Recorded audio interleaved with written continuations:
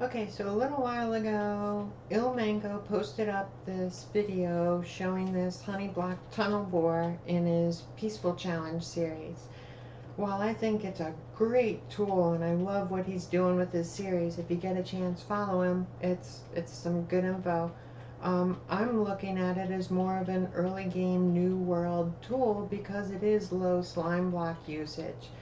It also has a couple of things that I think could be improved upon, but I'm going to show how to build the Ilmango designed one, and then I'm going to show the improvements as I saw fit to do. But the theory behind this is you get up in the minecart and you slide over out of the way, and this turns it on, and it shoots TNT and throws it forward to bore a hole underground as your tunnel. The biggest problem I see is the amount of time it takes to turn it off.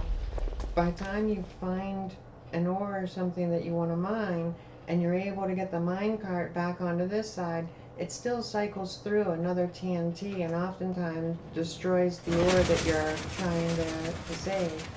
And look out! Look out!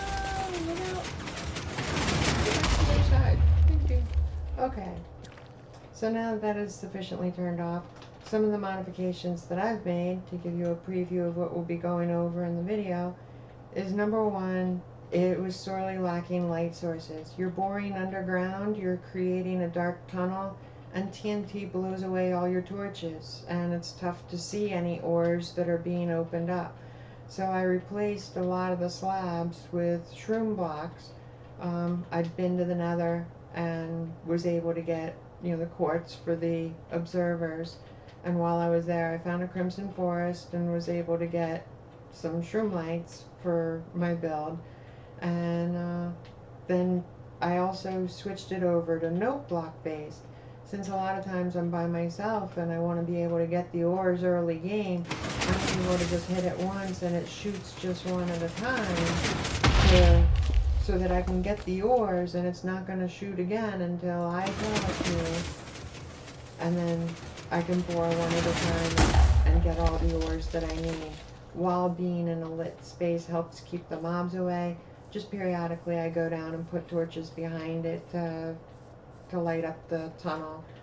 So I'll show you how to build Ilmangos, and then we'll go over how I changed it to meet this if you wanted to take on these modifications for your world.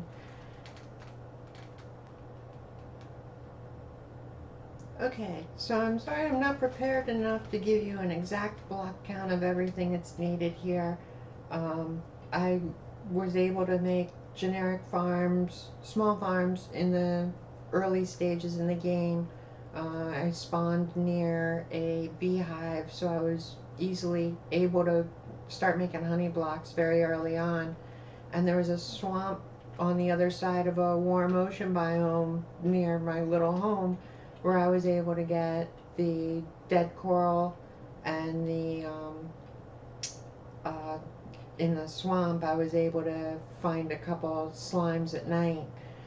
The Ilmango design does call for only 35 slime balls, so it's very low usage for starting out.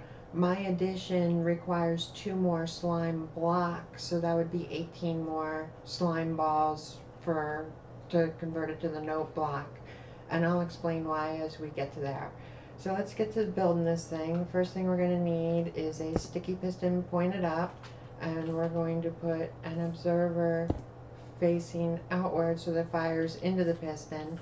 And I'm going to dig down 2 holes here so that I can put an observer pointing up. You can see the piston fires, so get out of the hole. Alright, and then we're going to put a wall on top of it, and that's going to stop our TNT from moving forward. And we want a glazed terracotta block because we don't want it to stick to the slime block here. Here you can see the list of materials. It really isn't much that we need, but we do need a couple of slime blocks, and this is going to be one of them. And then Ilmango put a slab right here, and then its honey blocks here with a sticky piston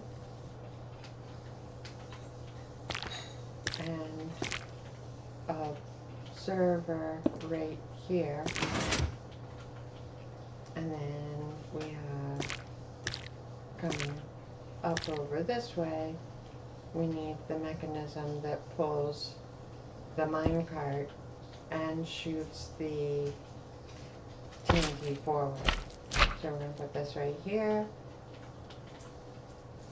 an observer right here, and he had it stacked with a couple of slabs on the top. Now for the triggering mechanism that we'll get to in a little bit, let's go ahead and put the piston here for placement. We need that piston, and that's going to shoot everything forward. So there's 2 of our slime blocks needed for the whole build. Now we want to come out of space here, have a slab, a wall, oh,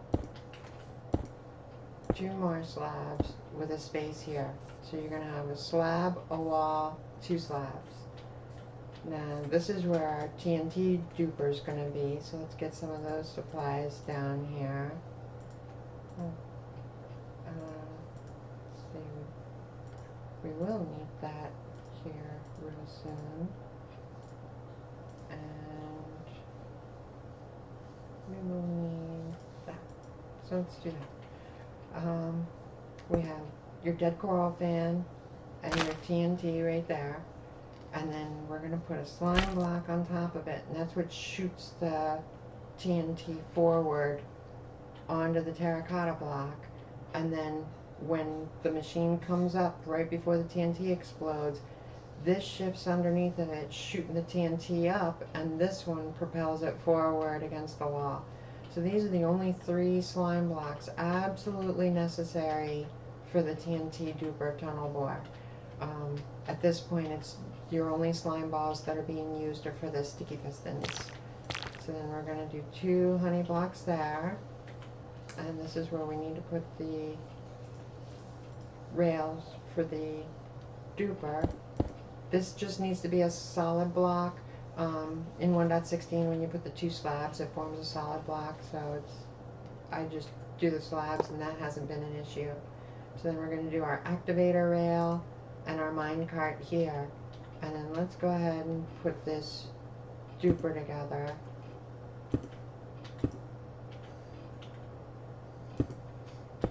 And before I do this, I want to point something out that's a common thing people forget. You need to put a slab over the slime block.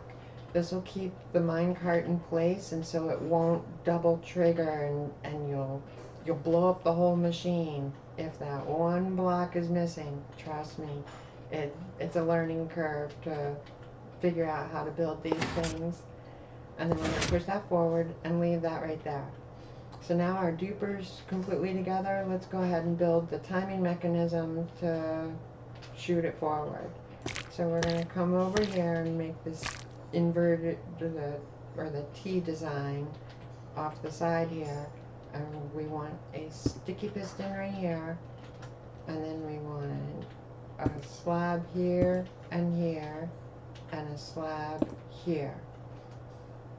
Now I'm just going to put these temporary ones right here so that I can put the observer in.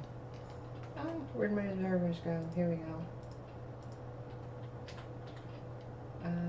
Observer right there. And then for the minecart, as Ilmango does it, we want an activator rail there, a regular rail there, the minecart here, and you can see it puts the piston out. It's sending the signal out to the piston. This is the correct spacing, as this is going to be the off position for the machine. Now from here, we're going to do a sideways L. We're going to come down 2 and make sure this is 5 blocks long. So that's 3, 4, 5. And then under here, we need to create something to be the 12 blocks push and to help pull everything along. So there's 2 more blocks, and there's that, and then I can't remember if he had a top slab or a bottom slab, but it doesn't, I remember that he had a slab there, and then a slab right here, honey block here. We're going to do an observer right there, and that's going to trigger the flying machine. That's the timer, and this observer is going to fire into this piston when this machine pulls it forward. Now we want to make sure that this stays in position, and we have stuff that doesn't stick to it, so we need our glazed terracotta blocks again, and we want to put a glazed terracotta right here and a slab right under here, and that'll help the flying machine keep everything in position, and then the trigger mechanism will pull this observer and piston forward to push the duper forward, but it won't pull on this block, so it doesn't count towards the 12 block push limit. So let's get the rest of the timing mechanism set up here. We need 6 slabs right here. Let's see, what was that? 1, 2, 3, 4, 5, 6. And these first 2 get replaced with observers to make sure that we're pushing the sled forward underneath the TNT.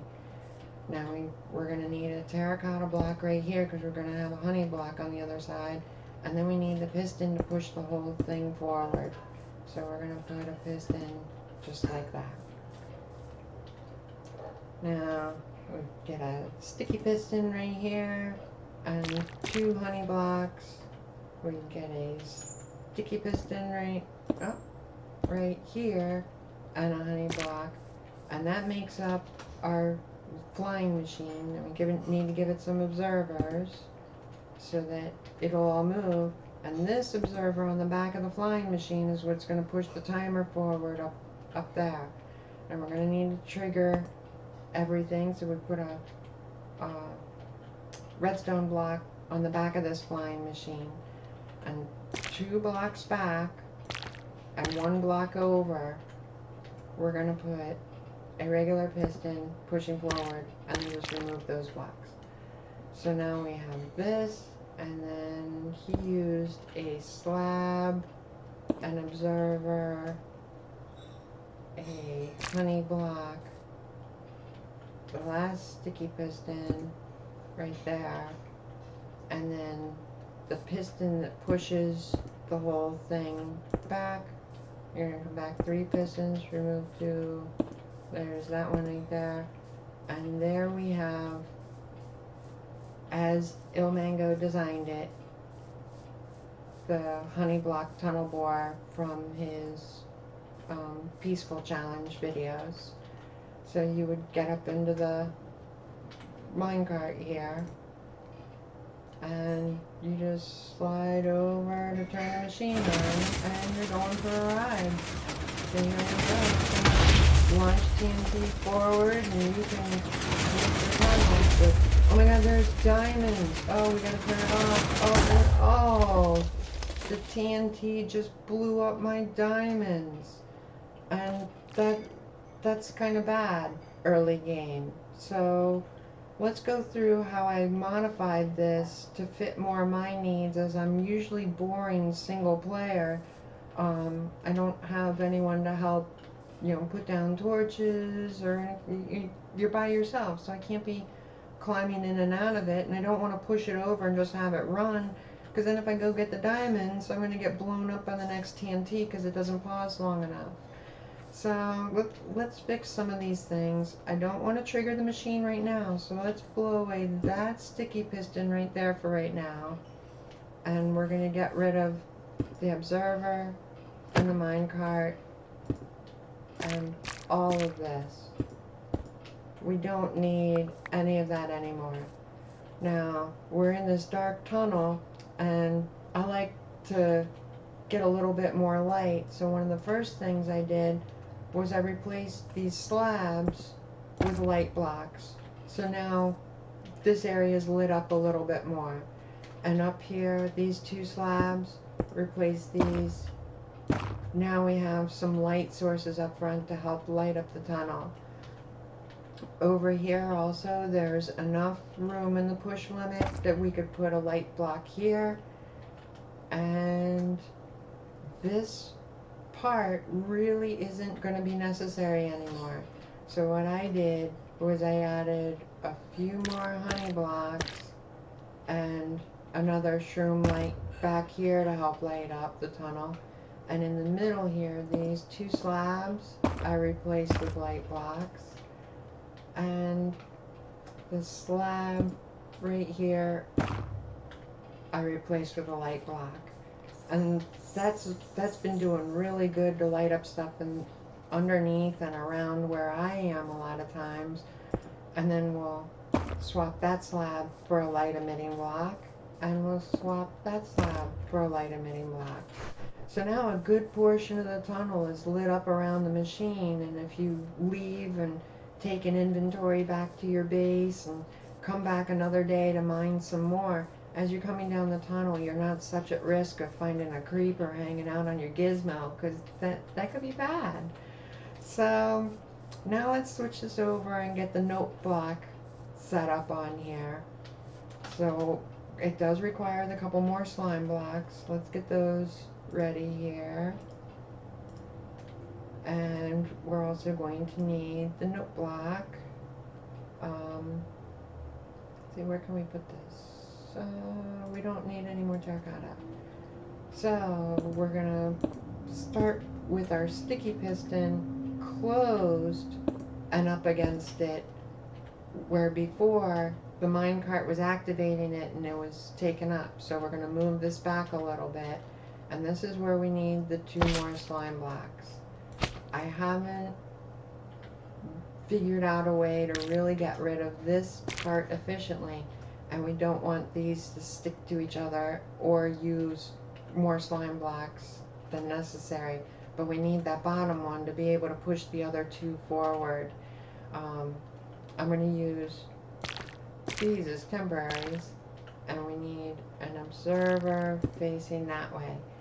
That's the whole reason for me using slime, is so that this observer can fire into the two pistons that are necessary.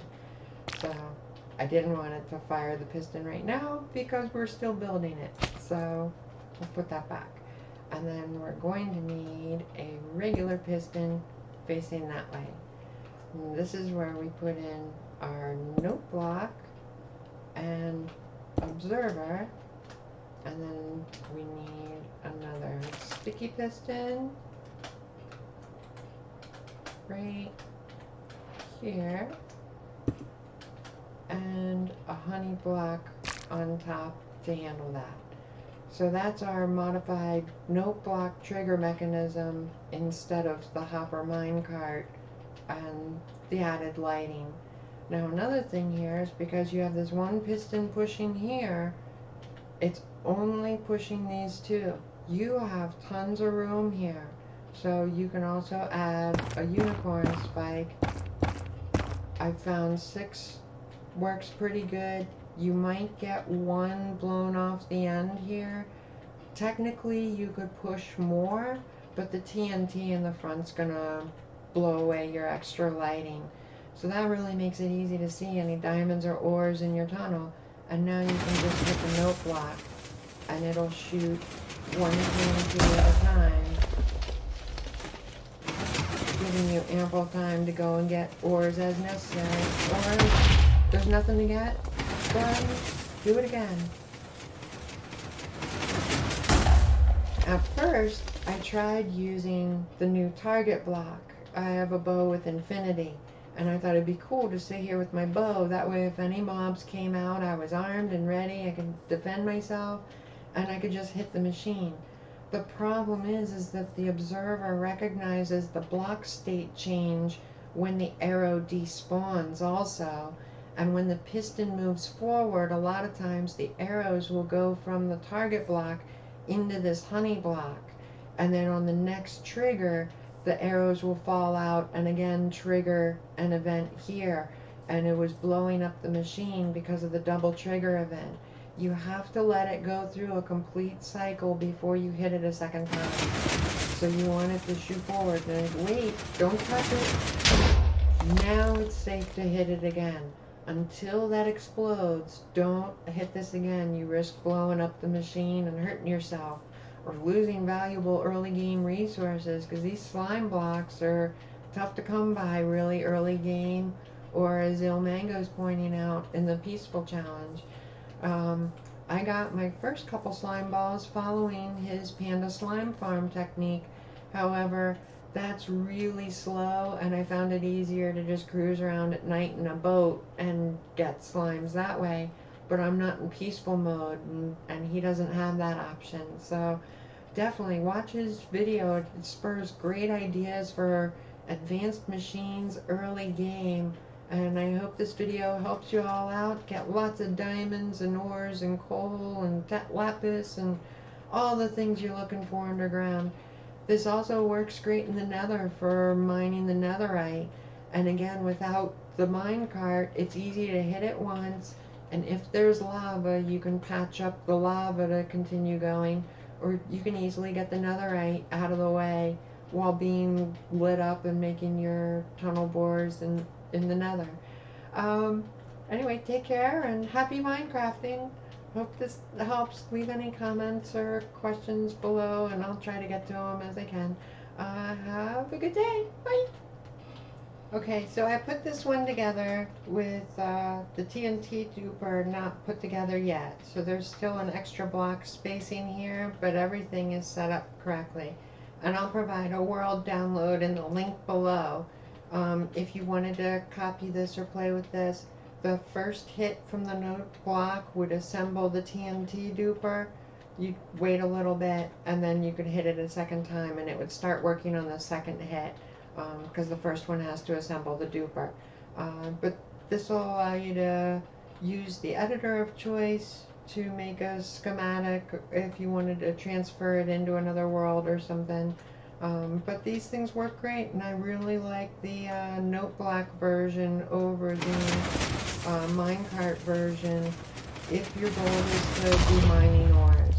If you just want to make a 2,000 block long soul sand tunnel to go from point A to point B in the nether, then the minecart's probably the better bet. You can just put it on autopilot and let it bore the hole forever. So anyway, take care, have fun.